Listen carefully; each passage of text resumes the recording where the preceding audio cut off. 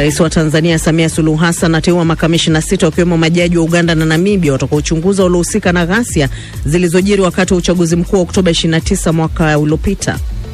Tumeamua kuwashirikisha wenzetu ili kupata muono mpana, na kwamba tume hii inakwenda kuingia kwa undani zaidi kutafuta nani hasa waliochochea, waliohusika, waliotoa fedha ili mambo yale yatokee ndani ya nchi yetu. Saudi Arabia, Uturuki na Pakistan zimesaini makubaliano ya pamoja ya ulinzi zikitangaza kuwa shambulio dhidi ya nchi yoyote kati yao litachukuliwa kama shambulio dhidi ya wote.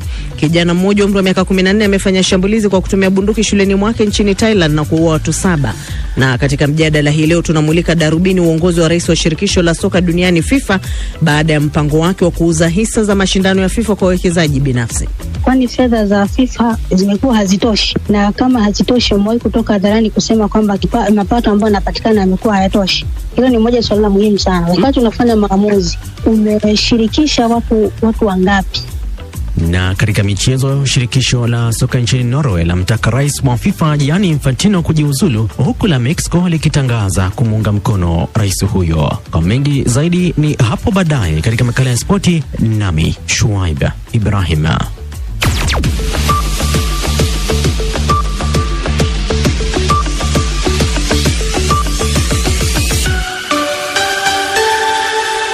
Kwanza ni taarifa ya habari za dunia ikisomwa nami Leila Muhammad.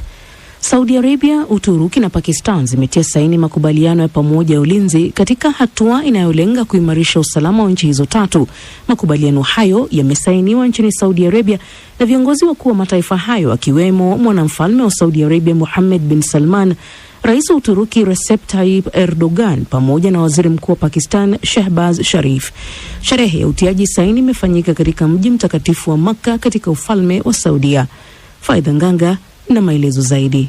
Mkataba wa pamoja wa ulinzi kati ya nchi hizo tatu unamaanisha kuwa shambulio dhidi ya nchi yoyote kati yao litachukuliwa kuwa ni shambulio dhidi ya nchi zote tatu. Saudi Arabia ina mchango mkubwa kutokana na uwezo wake wa kifedha, eneo lake la kimkakati, pamoja na kuwa miongoni mwa wanunuzi wakubwa wa silaha duniani. Uturuki kwa upande wake ndio nchi yenye jeshi la pili kwa ukubwa ndani ya muungano wa NATO, ikiwa pia na uwezo mkubwa katika uzalishaji wa vifaa vya ulinzi. Pakistan nayo ina silaha za nyuklia. Nchi hizo tatu zenye idadi kubwa ya Waislamu wa madhehebu ya Sunni zimeungana wakati ambapo mzozo wa kijeshi kati ya Marekani na Iran yenye uongozi unaotawaliwa zaidi na Waislamu wa madhehebu ya Shia ukiendelea kuongezeka. Mvutano huo umevuta pia nchi nyingine za Ghuba na kuathiri usafirishaji wa meli katika mlango bahari wa Hormuz na bahari ya Sham. Hata hivyo, licha ya nchi hizo tatu kueleza dhamira ya kusaidiana katika masuala ya ulinzi